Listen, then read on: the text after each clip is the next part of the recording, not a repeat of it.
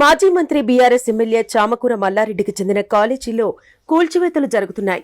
కాంగ్రెస్ అధికారంలో ఉంది కాబట్టి ప్రభుత్వ కక్ష సాధింపు చర్యలనే ఆరోపణలు వినిపించడం సహజమే. కానీ ఇక్కడ మల్లారెడ్డి మాత్రం సైలెంట్ గా ఉన్నారు.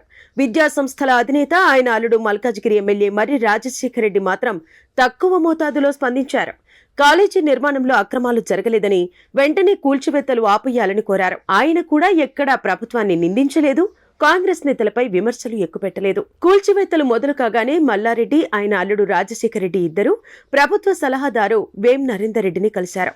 దాదాపు 3 గంటల పాటు వేం నరేందర్ రెడ్డి ఇంట్లో చర్చలు జరిగాయి. ఆ తర్వాత రాజశేఖర రెడ్డి స్పందించారు. విద్యా సంస్థ ఫౌండర్, చైర్మన్ హోదాలోనే తాము వేం నరేందర్ రెడ్డిని కలిశామని, దీనిని రాజకీయ కోణంలో చూడొద్దని కోరారు. కానీ మల్లారెడ్డి మీడియాకు అందుబాటులో లేరు. ఈలోగా సోషల్ మీడియాలో మల్లారెడ్డి పార్టీ మారుతున్నారంటూ పుకార్లు మొదలయ్యాయి.